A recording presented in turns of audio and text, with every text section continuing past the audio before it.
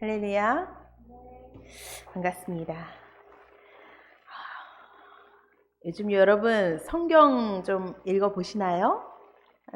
그러시는 분도 있고, 성경은 읽는 거였나? 듣는 거 아니었어? 이렇게 생각하시는 분도 계실 거예요. 저는 이 성경을 볼 때 예전에는 인물 중심, 사건 중심으로 그렇게 봤던 것 같아요.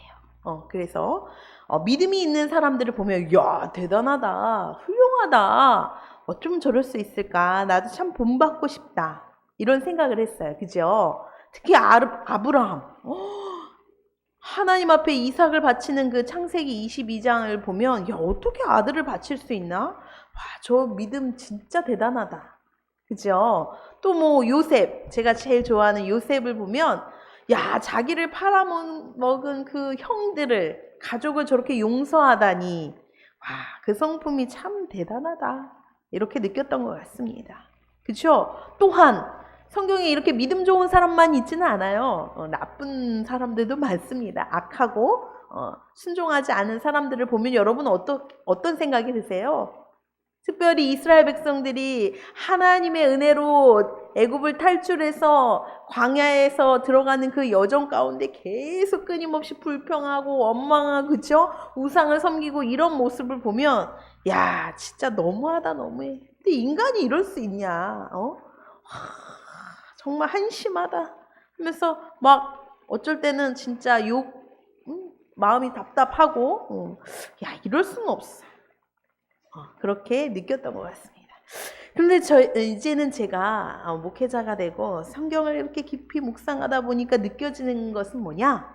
이제는 사람이 중요한 게 아니라 이제는 사람이 어지간해서 보이는 게 아니에요. 뭐냐? 그 사람을 통해 역사하시는 이제는 하나님이 보여지기 시작했다라는 거예요. 하나님이 이런 믿음을 주셔서 이렇게 세우시는구나. 하나님이 저런 은혜를 주셔서 저 사람을 통해 하나님의 역사를 이루어 가시는 그 하나님의 놀라운 은혜에 다시 한번 감동을 받게 되는 것입니다. 또한 저렇게 죄가 많고 저렇게 부족한 인간들을, 이렇게 나약하고 저렇게 쓰러지는 인간들을 어떻게든 구원하시기 위해 애쓰신다는 표현이 맞나? 어떻게든 구원하시고 끝까지 붙드시는 그 하나님의 능력이 너무나도 위대해 보임을 다시 한번 느껴보았습니다.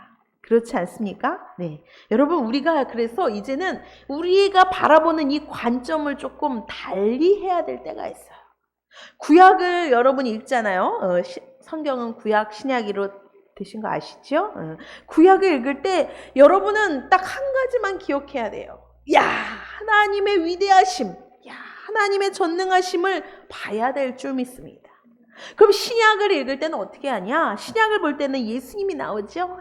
예수님의 모습에 꽂혀야 돼요. 어떤 모습?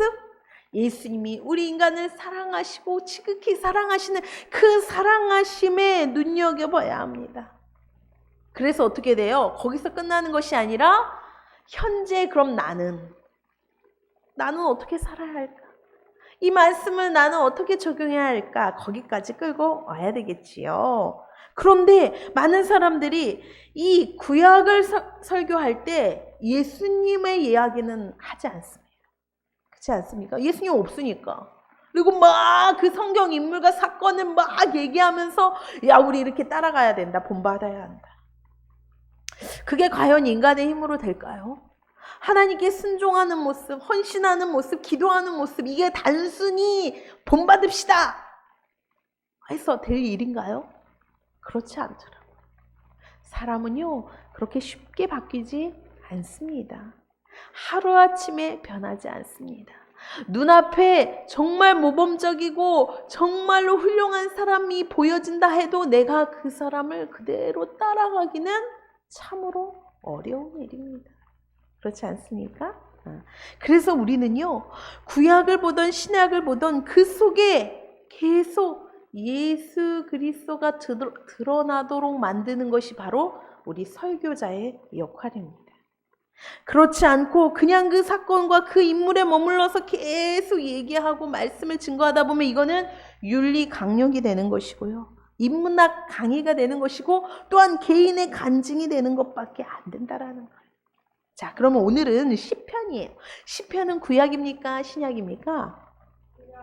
앞쪽에 있으면 구약이죠. 예, 그렇습니다. 시편은요, 시예요.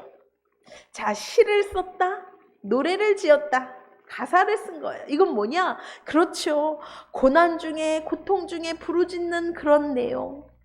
또 하나님께 감사한 내용, 또 하나님 이러한 나의 소원이 있습니다, 또 하나님을 소망합니다 하면서 간절한 마음을 담아서 모두 다 하나님을 만난 사람들이 썼던 시들을 모아놓은 거예요.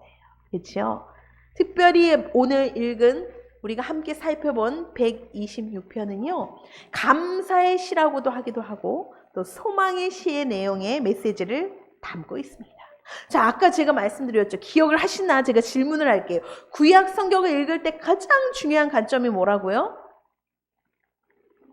하나님의 위대하심. 이것을 발견해야 된다라는 거예요. 아셨죠? 오늘 말씀 속에서 그 위대한 하나님을 반드시 발견하시는 저와 여러분이 되기를 소망합니다. 네. 자, 그럼 1절부터 천천히 한번 살펴보도록 하겠습니다. 같이 한번 할까요? 1절. 여호와께서 시온의 포로를 돌려보내실 때에 우리는 꿈꾸는 것 같았도다 라고 했어요. 알쏭달쏭한 말들이 나옵니다. 여호와께서, 하나님께서 시온의 포로를 돌려보내실 때, 시온의 포로? 이게 무슨 말일까? 요거를 조금 더 쉽게 말하면요, 시온에서 잡혀간 포로를 시온으로 돌려보내실 때, 이렇게 설명하면 굉장히 쉬워요. 그럼 시온이 뭐냐? 포로가 뭐냐? 요것만 설명하면 되겠죠. 이건 무슨 상관이냐? 시온, 제가 예전에도 설교했습니다. 시온이라는 것이 성경의 곳곳에 나와요. 근데 여러 가지 뜻이 있다고 해서 시온 하면요, 일단은 다윗 왕이 머물렀던 성은 시온성이라고 이렇게 일컬으기도 하고, 또 그것이 나중에 발전돼서 하나님의 성전, 하나님을 예배하는 곳을 시온이다 이렇게 이야기도 하기도 하며, 하나님을 사랑하고 따르는 그의 백성들을 시온의 백성이다 라고 거기에다가 시온을 붙이기도 하고, 또 그 백성들이 사랑하는 지역, 땅을 시온이라고 하기도 하고, 또 시온이 여러 가지가 있어요. 또 결론적으로 보면 나중에는 우리가 영원히 사모하고 가야 할 그곳, 영원히 바라봐야 할 것이 어디지요? 천국을 시온이라고 표현하기도 했습니다.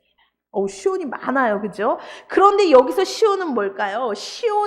시온에서 포로로 잡혀간 사람들을 시온으로 돌려보내셨을 때의 이야기를 지금 하고 있어요. 이거 시온은 뭐죠? 하나님이 백성이 살고 있던 그 땅을 이야기합니다. 이해되시죠? 하나님 백성이 살고 있는 그 지역, 그곳으로 하나님이요, 포로로 끌려간 사람을 다시 돌려보내셨대요. 포로 아시죠? 포로가 뭐예요? 네. 전쟁 나면요, 끌려가는 사람들 포로예요. 나라가 망하면요, 상대국에서 이제 포로로 사람들을 끌고 갑니다. 뭐 하려고요? 가서 잘 먹고 잘 대접시키려고 하는 게 아니라, 그죠? 노동자로, 그죠? 노예로 부려먹기 위해서 사람들을 끌고 가요. 근데 이 성경적으로 이것이 일반적인 포로지만, 요즘 시대의 포로지만, 성경에서 말하는 포로는요, 이유가 한 가지 있습니다. 왜 어쩔 때 포로가 되냐? 왜? 하나님께 죄를 짓고 불순종하고 하나님 말씀대로 살지 않고 우상을 섬기면요, 하나님이 처음에 선지자를 통해서 경고를 하시죠. 그래도 말을 안 들어요? 그러면 어떻게 해요? 그러면 강한 나라를 딱 앞세워서 전쟁을 일으켜서 나라가 망하게 하고 그것에 포로로 끌려가는 비참한 상황이 펼쳐지기 시작합니다. 지금 하나님의 백성 이스라엘 사람들이요, 포로로 끌려갔어요. 어느 나라로 끌려갔습니까? 바로 어디죠? 바벨론. 페르시아라고 말하면 알아듣지요? 예, 페르시아라는 큰 나라에 포로로 잡혀갔습니다. 어떻게 보면, 겉으로 보면 큰 나라가 작은 나라를 먹어서 그랬던 것 같지만, 이건 모든 것이 하나님의 계획이셨어요. 하나님 직접 말씀하셨거든요. 이들의 구체적인 사유, 왜 하나님이 이렇게 포로로 끌려가게 내버려 두셨냐? 하나님이 세운 나라가요, 망했다니까요. 남유다가요, 바벨론에 의해서 멸망당했어요. 하나님의 성전이 다 불탔습니다. 없어졌어요. 이런 일을 하나님이요 그렇게 내버려 두셨어요. 왜 그랬냐요? 말씀을 지키지 않았어요. 특별히 하나님의 날 안식일을 지키지 않았어요. 요즘에 말하면 주일이죠. 주일을 지키지 않고 절기를 지키지 않고 희년을 지키지 않고 제대로 지키지 않았어요. 또 이들은 끊임없이 우상을 섬겼습니다. 또한 하나님을 섬긴다고 하는 제사장들도 조차 마음으로는 하나님께 멀어졌어요. 형식적으로는 예배를 드리고 제물을 가져오고 하나님께 충성하는 것처럼 했지만 그들의 마음은 하나님께 멀어져 있어요. 그래서 하나님은 어떻게 했죠? 극약 처방을 내리셔서 이웃 나라를 통해서 전쟁을 일으켜서 나라를 어렵게 해서 끌려가는 최후의 수단을 쓰신 거예요. 절망입니다. 괴로움이지요. 앞이 깜깜한 일이에요. 그동안 일궈놨던 내 땅, 집, 빌딩 이건 아무 소용없는 일이에요. 그렇죠? 돈을 쌓아두면 뭐예요? 나라가 망했는데 휴지 조각이 됩니다. 여러분 그거 아세요? 현금 쌓아놓고요. 물질 쌓아놓는 거요. 나라가 없어지면요. 휴지 조각이 됩니다. 쓸 데가 없어요. 그리고 내가 다 끌려가잖아요. 포로로. 아무 힘도 내가 아무리 돈이 많고 거기에 능력이 있고 높은 지위를 갖고 해서 아무 상관없어요. 그냥 비참하게 끌려가는 거예요. 그런데 그런 비참함의 상황이 포로의 삶이 딱 하나님이 정하신 70년이란 딱 세월이 딱 차니까 하나님이요 놀랍게 딱 반전을 일으키셨어요. 어떻게죠? 그 포로들을 다시 고향으로 다시금 시온으로 돌려보내시는 그러한 일들이 성경에서 펼쳐집니다. 포로 귀환이 일어났던 거예요. 그러니 너무 기뻤지 않겠어요? 그래서 오늘 그 기쁨과 감사의 시를 썼던 거예요. 그래서 오늘 1절에 꿈꾸는 것 같았도다. 마치 꿈을 꾸는 것처럼 어떻게 이런 일이 있을 수 있지? 믿기지 않은 일이 일어났다라는 거예요. 이것은요 우리 인간의 노력이 아니었습니다. 우리 인간의 머리로 한 게 아니고 인간의 능력으로 한 것이 아니라 전적인 하나님의 은혜로 갑자기 바벨론의 고레스 왕의 마음을 그 대빵의 마음을 움직여서 자 이스라엘 백성을 다시 돌려보내라. 이게 있을 수 있는 일입니까? 정치적으로, 군사적으로, 지금 경제적으로, 외교적으로요. 아무리 따져봐도 포로를 놔줘야 할 이유가 없었어요. 그런데 하나님이 그 왕과 모든 여건을 다 만드시고 그 마음을 돌이키셔서 움직이셔서 야 이젠 내 백성을 돌려보내라. 이것이 바로 하나님의 놀라운 자비와 은혜입니다. 여기서 우리는 하나님의 위대하심을 다시 한번 발견할 수 있습니다. 그래서 이들이 너무 기뻐서 고백하는 거예요. 이거 하나님이 하셨어요. 야, 이렇게 하나님이 우리를 다시 회복시키셨어요. 이렇게 말씀하고 있는 것입니다. 그런 다음에 2절을 볼까요? 시작. 그때 우리 입에는 웃음이 가득하고 우리 혀에는 찬양이 찼었도다. 그때 문나라 가운데서 말하기를 여호와께서 그들을 위하여 큰 일을 행하셨다 하였도다. 여러분 어때요? 그러니까 기뻐하지 않을 수 없겠지요. 아니 잡혀가서 끌려가서 억울한 마음, 낙심된 마음 자포자기하고 살았는데 하나님이 고향으로 돌려보내셨대. 자유를 주셨대. 해방을 했대요. 아니 내가 누명을 쓰고 억울한 일이 당해가지고 감옥에 갔을 때 여러분 그 심정이 어떻겠어요? 그런데 거기서 풀려났다고 생각해 보세요. 얼마나 기쁩니까? 우리나라도 그쵸? 1945년에 광복을 맞았잖아요. 그죠? 제가 그때 잊지 못했지만 그 기쁨이 얼마나 컸을까요? 막 저 같아도요 태극기를 휘날리며 미친 듯이 막 만세 외쳤을 것 같아요. 내가 잘 되고 내가 성공하고 내가 뭐 합격하는 그 기쁨에 이게 비교할 수 있는 기쁨이겠습니까? 그죠? 이들도 그랬던 것 같아요. 하나님의 백성도 다시 내가 고향으로 돌아왔어.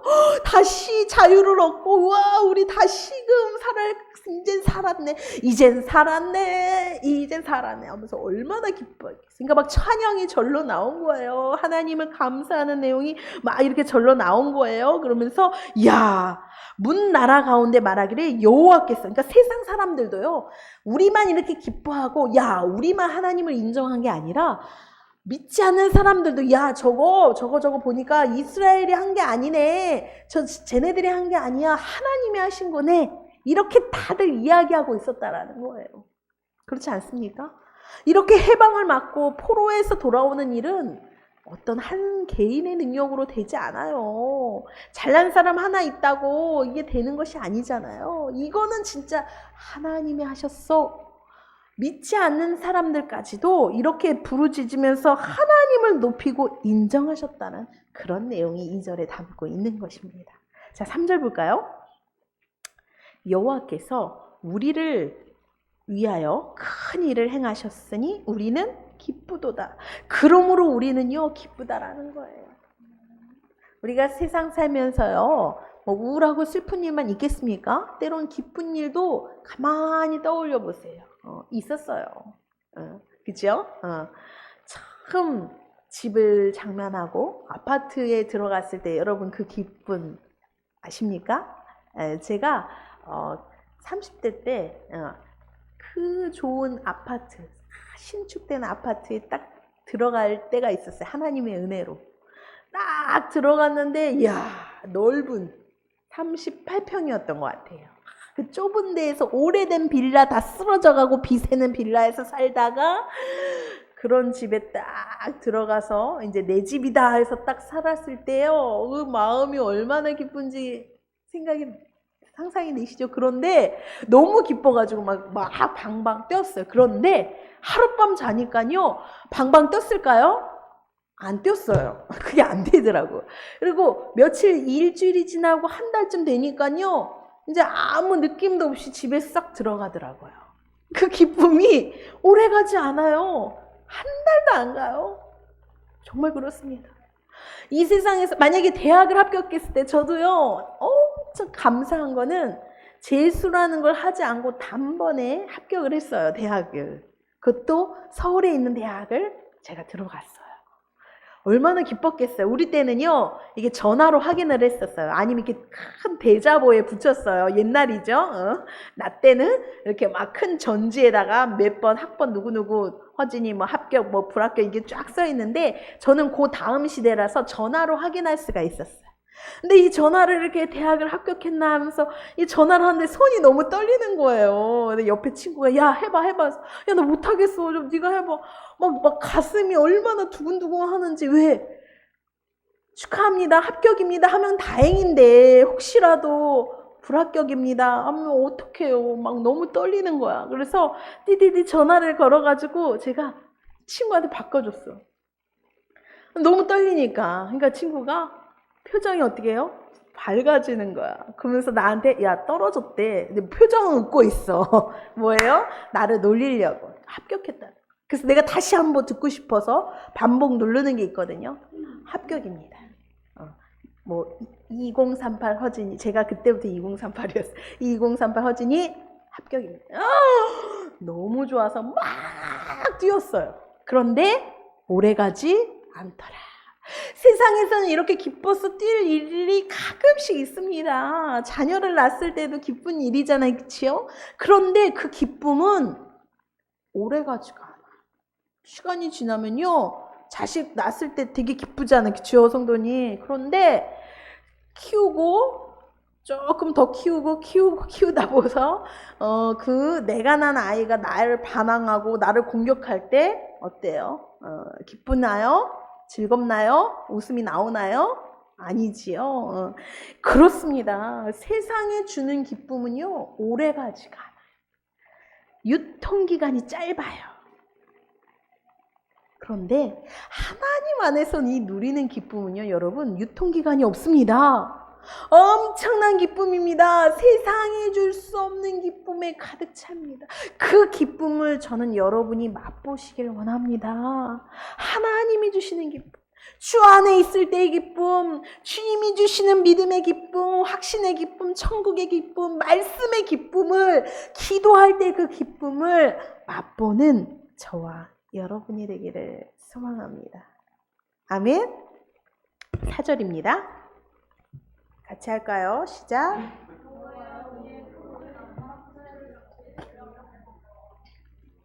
여호와여, 다시 한번 볼게요.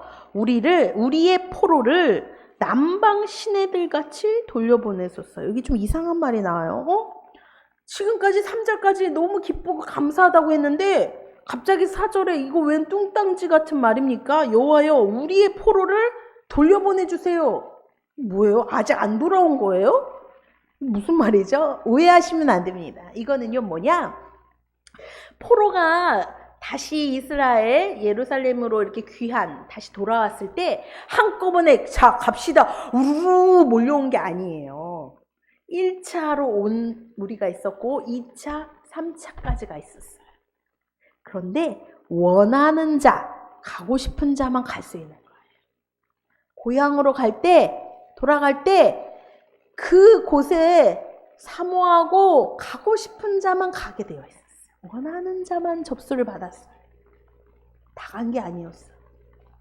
에이, 가봤자 이미 다 불타고 다 전쟁 끝에 폐허가 됐을 거 아닙니까? 아무것도 없는데 가봤자 뭐해? 그냥 나는 70년이나 이곳에 살았으니까, 그죠? 바벨론이라는 나라에서 70년이나 살아니까 또 살만해. 적응했어. 타향이지만, 이민 온 거지만. 여기서 포로로 어렵게 살았지만 또 땅도 있었어요. 또 인정해줬어요. 그냥 여기서 그냥 살래. 포기한 사람도 있었어요. 그런데 아니야. 무슨 말이야. 하나님이 계시는 그곳, 하나님이 주신 그 땅, 내가 은혜 받았던 그곳, 하나님 말씀이 계신 그곳으로 나는 가야 돼. 눈물을 흘리며 사모하고 기다렸던 사람들은요 다 돌아갔거든요. 우리나라도 그랬대요. 45년 해방이 되고 광복이 이루어졌을 때 외국에 전쟁 때문에 뿔뿔이 흩어지고 도망갔고 이민 갔던 사람들이 있었을 거 아니에요. 일본으로 넘어간 사람도 있고 뭐 미국으로 갔던 사람들이 우리가 해방이 됐다라는 그 기쁜 소식을 듣고요 다시 고향으로 대한민국으로 들어온 사람도 있었지만 안 오신 분들도 많아요. 그죠? 그곳에 적응해서 그냥 사신 분들도 있는 것처럼 이런 상황이에요. 그런데 먼저 온 사람들이 지금 기뻐서 시를 쓰면서 하나님 아직 오지 못한 우리의 동포들도 다시 돌아오게 해주세요 라는 소망을 지금 담고 얘기하는 거예요. 이해되셨죠? 그들도 이 기쁨을 좀 같이 누리고 싶어요. 나만 기뻐하는 것이 아니라, 나만 즐거워하는 것이 아니라 그들도 똑같이 그 남아있는 저들도 구원해 주셔서 다시금 오게 해주세요 라고 지금 그렇게 시를 쓴 건데 여기에 우리가 모르는 게 있어요. 다시 한번 보여주세요. 4절. 우리의 포로를, 여기까지는 알았는데 남방 시내들같이 돌려보내소서. 남방 시내들, 이게 뭔 말이에요? 남방 시내. 이게 우리나라로 번역하니까 남방은 남쪽 지방을 이야기하는 거지요. 성경 원문으로 보면요, 이것을 바로 이스라엘에 살았던 그 지역의 남쪽에 네게브 사막 지역을 가리킵니다. 네게브 사막, 요즘의 말로 사막인데 이 사막, 여러분 사막 아시죠? 어때요? 뜨겁고 또 땅이 쫙쫙 갈라지고 요즘도 날이 많이 덥지만 더 덥지요? 평상시에는 아주 바짝 마른 땅이 있는데 참 놀랍고 신기한 게 뭐냐면 이런 사막에 우기 때가 있어요. 비가 오는 때가 있잖아요. 사막이라고 1년 내내 햇볕만 비치는 게 아니라 비가 오는 우기가 있거든요. 그 우기 때요. 단 그 쩍쩍 갈라지고 진짜 메마른 그 땅이요. 단 몇 시간 만에 비가 오면서요. 갑자기 물이 넘쳐나가지고 시냇물이 돼서 그 사막이요. 막 흘러 넘친다라는 거야. 너무 신기하게. 이 네게브 사막의 특징입니다. 그래서 이들이 그것을 알고 그 지역의 특징을 너무 잘 알겠죠. 이스라엘 사람들이 지금 뭐라고 하냐면 하나님, 우리를요, 다시, 우리를 이렇게, 우리를 포로에서 해방시켜 주셔서 감사해요. 근데 남아있는 우리의 백성들, 내 동포들도요, 지금 이 남방 시내같이, 이 갑자기 불어나서 시내의 물이 확 흐르는 것처럼, 그렇게 기가 막히게, 갑자기 느닷없이 그런 기적적으로, 그렇게 돌아올 수 있도록 도와주세요. 라고 하는 거예요. 쩍쩍 갈라진 그 메마른 시내가 갑자기 시냇물이 돼서 막 사방으로 넘쳐 흐르는 이 기적은 사람의 능력으로 절대 가능할 수 없어요. 하나님이 하신 거죠. 그런 것처럼 우리에게도 그런 은혜를 주셔서 그런 하나님의 놀라운 일을 통해서 우리를 남아있는 우리의 동포들도, 우리의 가족들도, 자녀들도 그렇게 돌아오기를 고대하면서 이렇게 멋지게 비유적으로 시를 썼던 거예요. 기억하십니까? 여기까지 보면 하나님 너무 위대하십니다. 포로로 끌려간 전쟁의 그 비참한 인생들을 하나님이 단번에 돌려보내시고 회복시키시는 그 놀라운 하나님의 멋진 능력을 우리는 보게 됩니다. 그런데요, 여러분, 여기서 우리가 또 한 가지 기억해야 될 게 있어요. 성경에서 보면 이렇게 하나님의 위대하심을 쫙 펼쳐놓은 다음에 딱 끝나는 게 아니라 마지막 부분에 어떤 부분이 항상 남아있냐? 하나님이 이렇게 위대하십니다. 하나님의 능력이 크십니다. 하나님은 전능하십니다. 라는 것을 쫙 사건과 인물을 통해서 딱 설명을 한 다음에 마지막에 그러므로 우리는 어떻게 해야 합니다. 우리가 해야 할 일이 나와 있어요. 그냥 나는 구경만 하고 입만 버리고 이렇게 하는 것이 아니라 그러한 일이 나에게 일어나길 원한다면 그러한 기적 같은 하나님의 능력을 나도 경험하고 나도 그러한 기쁨을 맛보기를 원한다면 내가 해야 할 일들이 있다라는 거야. 그것을 5절, 6절에서 이야기하고 있습니다. 5절 한번 볼까요? 마지막 5절, 6절 시작. 눈물을 흘리며 씨를 뿌리는 자는 기쁨으로 거두리로다. 갑자기 시가 바뀌면서 눈물을 흘린 아니 여태까지 좋았잖아요. 하나님 해방시켜 주셨다며요. 그래서 너무 기쁘고 찬양이 넘쳐 흘렀다고 하는데 갑자기 눈물을 흘리며 씨를 뿌린대요. 좀 상황이 앞뒤가 안 맞지 않습니까? 여기는 시니까 함축되어 있는 거지요. 제가 설명을 드릴게요. 이거는요, 옛날 포로가 된 나 자신, 우리의 상황을 이야기하는 거예요.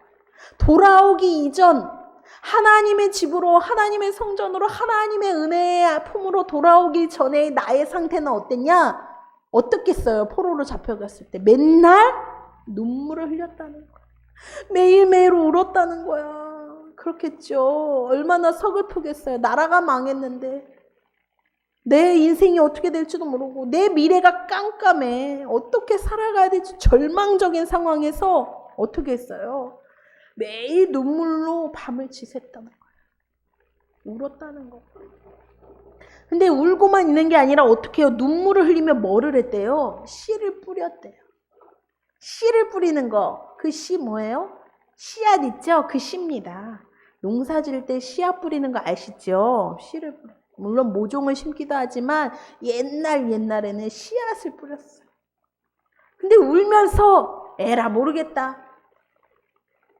자포자기 했던 게 아니라 울면서 이들이 매일매일 했던 게 뭐냐면요. 바로 뭐예요? 씨앗을 뿌렸더라.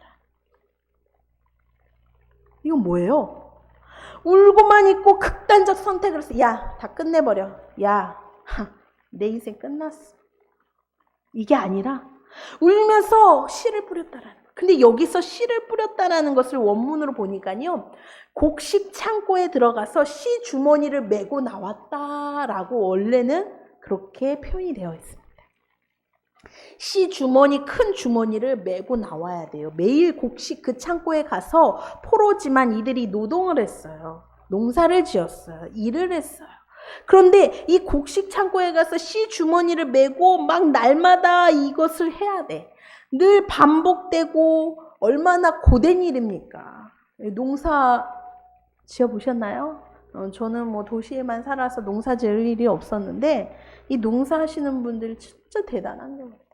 그죠? 그 땅빛에서 예전에 한참 젊었을 때 농촌 체험한다고 그 담배 농사 지은 데 있죠. 담배잎. 담배가 잎으로 돼가지고 되어진다는 것도 그때 처음 알았어요. 그것을 여름에 이렇게 이파리를 따야 돼요. 그래서 말려가지고 그걸 저장해서 가공을 해서 담배 그 가루 잎을 해가지고 이렇게 말아가지고 담배가 나오는 거거든요. 그런 데를 가가지고 제가 그 담배잎을 따는 것을 해봤는데 한여름에 하더라고요. 그 이파리 사이에서 쓰러질 뻔했어요. 한 번은 고추 농사를 하는 데 가서 도와준다고 친구네 집인 것 같아요. 와, 숨이요 턱턱 막히고요. 죽을 것 같더라고요. 쉬지도 않아요. 밥 먹을 때, 새참 먹을 때만 쉬더라고요, 진짜. 우리가 지금 이 건물 안에서 하는 일들은 일이 아닙니다, 여러분. 가만히 앉아서 뭐 타자를 하거나 공부를 하는, 이거 일도 아니에요. 뭐 일도 아니라고 무시하는 건 아니지만, 와, 보통 일이 아니에요. 씨앗을 뿌리고 막 이렇게 하는 거 굉장히 고대해요. 근데 되게 단순한 일이야. 단조로운 일이야. 무료한, 굉장히 반복되는 일이야. 그 일을 했다는 거예요. 여러분 잘 되십시오. 내 인생이에요. 지금 반복되고 고되고 무료하고 별거 아닌데 막 단순히 반복된 이런 일상을 우리가 꾸준함의 능력으로 채워가는 것, 그것을 우리는 믿음이라고 이야기해요. 믿음이라는 게요, 예배를 많이 드리고 기도를 많이 하고 이게 믿음이 아니라 하나님이 나에게 맡겨주신 그 인생의 일상에서 내가 해야 될 일들이 있잖아요. 그죠? 학생으로서는 학업을 하고 공부를 하고 또 직장인으로서는 그 일, 또 가정에서는 여러 가지 일들을 매일 반복되잖아. 따분하잖아. 그죠? 지루하잖아. 고되잖아. 얼마나 힘듭니까? 요즘 시험 기간이라고 우리 자녀들이 막 애를 쓰면서 막 밤을 지새면서 새벽 2시까지 3시까지 막 공부를 하는 그 모습을 보면 얼마나 힘이 들겠어요. 그죠? 그런데 그것을 꾸준함의 능력으로 버텨내는 것, 씨 주머니를 메고 날마다 울면서 씨를 뿌리는 그 일, 그것을 이들이 했다라는 거예요. 왜 했을까? 왜 했을까? 반드시 기쁨으로 이 씨를 뿌리면 나중에 수확하고 거둬야 할 일이 있을 거야 라는 것을 확신했기 때문에 이들은 그 일을 놓치지 않고 울고만 앉아있던 것이 아니라 매일 씨앗을 뿌렸다라는 것입니다. 여러분, 우리도 이제는 반드시 이 씨앗을 뿌리는 일이 굉장히 중요해요. 믿음이란 울면서 매일 씨를 뿌리는 거예요. 울 일이 많습니다. 세상 사는 거요, 만만치 않아요. 힘들어서 울 일도 있지만 서러운 일도 많고 억울한 일도 있고요. 그렇죠? 가슴 아픈 일도 있고 마음 상하는 일도 있고 화나는 일도 많이 있습니다. 우리가 예수를 믿고 하나님 자녀 됐다고 해서 이 모든 일이 다 나를 비켜가는 게 아니에요. 오히려 나에게 더욱 팍팍팍 꽂힐 때가 더 많아요. 그렇지 않습니까? 그래서 울 일들이 투성이에요. 그러나 그냥 우리는 그런 눈물 난다고 주저앉아서 울기만 하는 것이 아니라 내가 해야 할 일도 반드시 매일 이 씨 뿌리는 일을 해야 한다는 거예요. 그래서 버티는 것이 능력이고요. 꾸준한 것이 능력이 되는 것입니다. 아멘. 6절 보겠습니다. 같이요. 울며 씨를 뿌리러 나가는 자는 반드시 기쁨으로 그 곡식단을 가지고 돌아오리로다. 이러한 확신과 이러한 소망을 가지고 이들이 울면서도 씨를 뿌렸다라는 거예요. 왜? 반드시 하나님이 회복시켜 주실 거야. 하나님 말씀하셨어. 70년이 차면 돌아오게 해주신다고 하셨어. 내 모든 죄의 값을 치르고 모든 징계가 끝이 있고 모든 이 어려움의 끝이 온다고 하셨어. 나는 그날이 언제인지 잘 모르겠지만 반드시 하나님이 그런 일들을 나에게 분명히 회복의 날이 올 거야. 그것을 믿고 울면서 계속 씨를 뿌리고 버텨냈다라는 거. 그랬더니 해방의 기쁨, 다시금 포로에서 자유된 기쁨, 하나님의 백성으로 살아갈 수 있는 기쁨, 그것을 누렸다는 것입니다. 우리가 오늘 말씀에서 깨달을 점들이 있지요. 뭐냐? 첫 번째는요, 하나님의 자녀는요, 말씀대로 살지 않고 또 하나님을 떠나고 그렇게 살면 반드시 포로 생활이 찾아옵니다. 지금도 마찬가지입니다. 옛날만 전쟁이 있을 때 예전 시대에만 포로가 있는 게 아니라 지금도 현대판 포로가 되어버린다라는 거예요. 하나님 말씀 떠나면요, 죄 가운데 있으면요, 내가 내 마음대로 살면요, 내가 내 스스로 포로가 돼요. 요즘에 포로가 있습니다. 어떤 사람은요, 돈의 포로가 돼요. 빚의 포로가 돼요. 빚이 쌓여 있어요. 자녀의 포로가 돼서 묶여있는 사람도 있고요. 성공이라는 포로에 묶여서 살아가고 있어요. 허덕이면서 살아가고 있어요. 눈물을 흘리고 있습니다. 세상의 포로, 마귀의 포로가 되어가지고 자기가 포로 된지도 모르고 살아가는 언약하고 불행한 인생들이 너무나 많아요. 그러나 우리가 두 번째 깨달은 거는요, 이런 포로가 된 인생들에도 반드시 돌아오고 회복된 날이 있다라는 거예요. 오늘 말씀처럼 남방신해같이 기적적으로 하나님의 역사는 때가 찾아온다라는 것을 우리는 놓치지 말아야 합니다. 그것이 하나님의 능력입니다. 하나님, 왜 나의 인생이 이렇게 힘드나요? 나에는 왜 이렇게 고통이 많아요? 왜 이렇게 어렵고 늘 나는 없어요? 왜 나는 이렇게 힘이 드나요? 라고 답답할 때 있으셨죠? 괜찮습니다. 하나님은 어려움만 주시는 게 아니에요. 포로로 끌려가게만 내버려 두시는 게 아니라 반드시 때가 되면 내가 깨닫고 돌이키고 느끼고 하나님 품을 그리워하고 매일매일 울더라도 씨를 뿌리기만 한다면, 그 믿음을 놓지 않고 있으면 반드시 회복하는 그때가 있을 줄 믿으시길 바랍니다. 그러므로 우리는 어떻게 살아야 돼요? 오늘도 눈물을 흘리지만 씨를 뿌려야 합니다. 늘 편리함만 추구하면 안 돼. 그 편리함을 벗어나 꾸준함의 능력으로 우리의 인생을 채워나가고 버티고 그렇게 이겨나가야 될 줄 믿습니다. 요즘 젊은 사람들, 저도 젊지만요, 불편한 거 너무 싫어해요. 그죠? 편리함이 좋지 않아요? 먹는 것도 그래서 인스턴트 좋아하고, 요즘에 밀키트라고 해서요, 다 재료가 준비가 돼서 한 번에 딱 소스 넣고 끓이면요, 완제품 요리가 완성돼요. 훌륭한 요리. 이런 것들도 많이 있고. 우리는 편리한 거 너무 좋아해요. 그런데 물론 과학이 발전하고 우리 여러 가지 산업이 발전해서 편리함, 우리에게 주는 이익이 많습니다. 그런데요, 그 편리함에 너무 젖다 보면요, 하나님을 믿는 믿음에서도 편리함을 추구할 때가 또 많아요.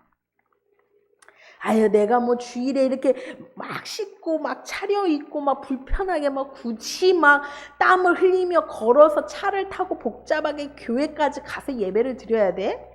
그냥 뭐 TV 틀면 뭐 나오잖아. 아무 목사님의 말씀이나 듣고 그냥 예배 드리면 되지 뭐. 이게 우리의 편리함이에요. 물론 몸이 불편하고 여러 가지 뭐 사정이 있어서 집에서 예배 드리는 분들을 빼고는요, 이런 편리함에 요즘 젖어드는 성도들이 너무 많다고 해요. 뭐 성경을 읽고 뭐 묵상에 바쁘게 요즘 뭐 앱 딱 하나 깔면요, 막 성경을 줄줄줄줄 막 읽어줘요 대신. 그래서 아무 생각 없이 막 뭐 하면 나는 내 거 하면서 막 틀어놓는 거 하면서 나는 성경 읽었다? 나 많이 읽었다? 이러는 사람들도 있어요. 얼마나 편리해요. 이게 진짜 읽은 걸까요? 그게 묵상일까요? 그게 하나님의 말씀을 받아 먹은 걸까요? 뭐 여러 가지가 있지요. 이 편리함을 추구하며 가다 보면요, 예수님이 지신 십자가의 길, 고난의 길 뜨악해버리는 거예요. 어머 뭐야? 뭐 낯설어. 아니 얼마든지 편리하게 살 수 있는데, 편리하게 살려면 반드시 필요한 게 뭘까요? 머니가 필요합니다. 편리하게요 살려면 인생 중에 머니가 진짜 중요해요. 그렇지 않습니까? 나는요 시원한 집에서 편하게 살고 싶어요. 넓은 집에서 살려면 돈이 필요하고, 나는요 좋은 차, 승차감이 좋은 차, 에어컨 빵빵 나오는 차를 타고 싶어요. 돈이 필요한 것이, 그죠? 편리함을 추구하면요 돈이 필요해. 그럼 돈이 필요하면 돈을 벌어야 돼. 그럼 돈이 벌려면 일을 해야 돼. 일을 하려면 죽도록 일을 해야 돼. 남들보다 더 많이 벌려면 더 많은 일을 해야 돼. 그러니 점점점 믿음과 하나님과 멀어지는 거야. 그래서 우리는요 편리함을 추구하다 다 죽어가는 인생이 될 수도 있습니다. 우리는요 이 편리함을 추구하는 것보다는요, 불편하더라도 조금은 무료하고 단조롭더라도 어렵더라도 꾸준함에, 내가 가지고 있는 그 자리에서 꾸준함의 일상으로 버티는 우리의 삶이 되어야 될 줄 믿습니다. 그럼 결론입니다. 제가 아까 서두에 얘기해 드렸지요. 구약 성경을 읽을 때 무엇을 봐야 된다고요? 하나님의 위대하심을 우리는 발견해야 되고 거기서 끝나면 안 돼요. 그 속에 예수 그리스도를 발견해야 됩니다. 근데 오늘 이 말씀에는요 다 끝났어. 예수님이 없잖아.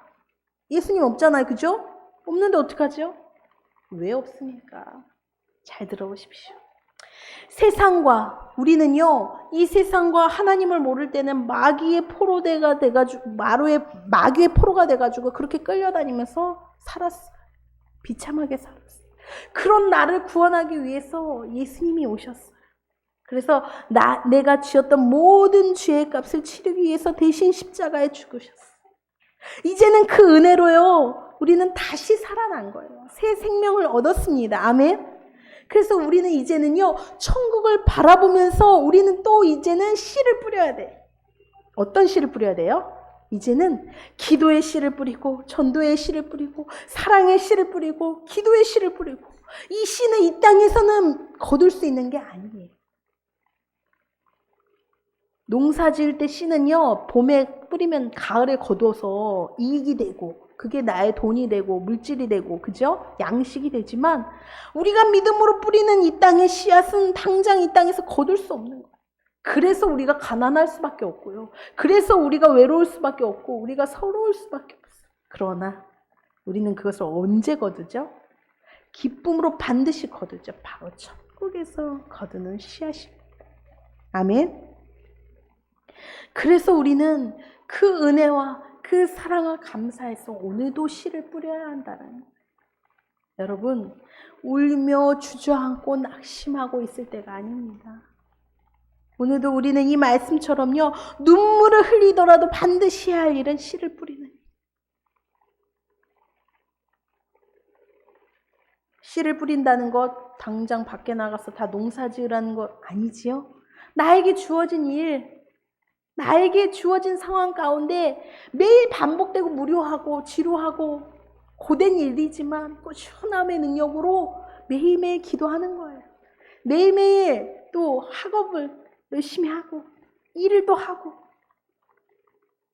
그것이 하나님이 나에게 원하시는 일이라는 것입니다. 제가 며칠 전에 참 문제가 있어서 기도하러 이 성전에 왔습니다. 그래서 무릎 꿇고 기도하는데 얼마나 눈물이 나는지 이건 눈물을 너무 많이 흘려서 더 이상 기도할 수가 없고 찬양을 할 수가 없는 상태가 되었어요. 왜 그랬냐? 하나님, 이거 어떻게 해야 돼요? 이런 문제가 있는데 나 어떻게 도저히 해결할 수가 없습니다. 한참 그 문제에 대해서 기도했어요. 이 문제가 뭐냐면요. 바로 이 목회의 문제입니다. 저는 목사이니까 제 일이 목회잖아요. 그죠? 아무리 기도하고 애를 써도 성도는 없고 그죠? 여러 가지 이러한 답답함에 막 기도하며 울기 시작했어요. 그럴 때 하나님이 저에게 그렇게 말씀하셨어요. 찬송의 가사가 제 머릿속에 스쳤어요. 오늘도 아까 전에 불렀던 찬송입니다. 찬송가 288장의 3절의 가사가 이렇습니다. 주 안의 기쁨 누림으로 마음의 풍랑이 잔잔하니 세상과 나는 간 곳 없고 구속한 주만 보이도다. 뭐냐? 내가 이 문제 때문에 괴로워서 주님 앞에 막 울면서 기도했더니요. 기도의 씨를 막 뿌렸던 거죠. 내 마음에 그 걱정되는 마음, 근심되는 마음이 다 사라지면서 갑자기 잔잔해졌어요. 이 마음의 풍량 왔다 갔다 하는 그 마음이 평안을 주면서 세상과 나는 간 곳 없대. 없어져 버렸어. 내 문제도 없어져 버리고 그렇다고 갑자기 해결된 것도 아니야. 그대로인데 내 마음의 그 복잡하고 어려운 그 마음에 문제가 문제로 느껴지지 않고 나를 구속하고 구원한 예수 그리스도만 크게 보여지는 거야. 그 예수님만 크게 나한테 탁 다가오니까 너무 기뻤어. 너무 감사해서 눈물이 났어. 아하, 예수님이 크게 보이는구나. 이제 됐구나. 여러분은 누가 크게 보이십니까? 아직도 여전히 내 문제가 가장 크고 내 어려움이 크고 내 고통이 크게 느껴지시나요? 오늘도 눈물의 은혜를 회복해야 돼요. 눈물로 기도하며 눈물로 씨를 뿌리고 눈물로 찬송하면서 그 문제가 큰 것이 아니라 그거보다 더 위대하신 모든 걸 다 해결하실 수 있는 그 하나님이, 그 주님이 크게 보이시는 그런 은혜가 넘치시기를 소망합니다. 우리 찬송가 288장 하나님 앞에 올려드립니다. 오늘 이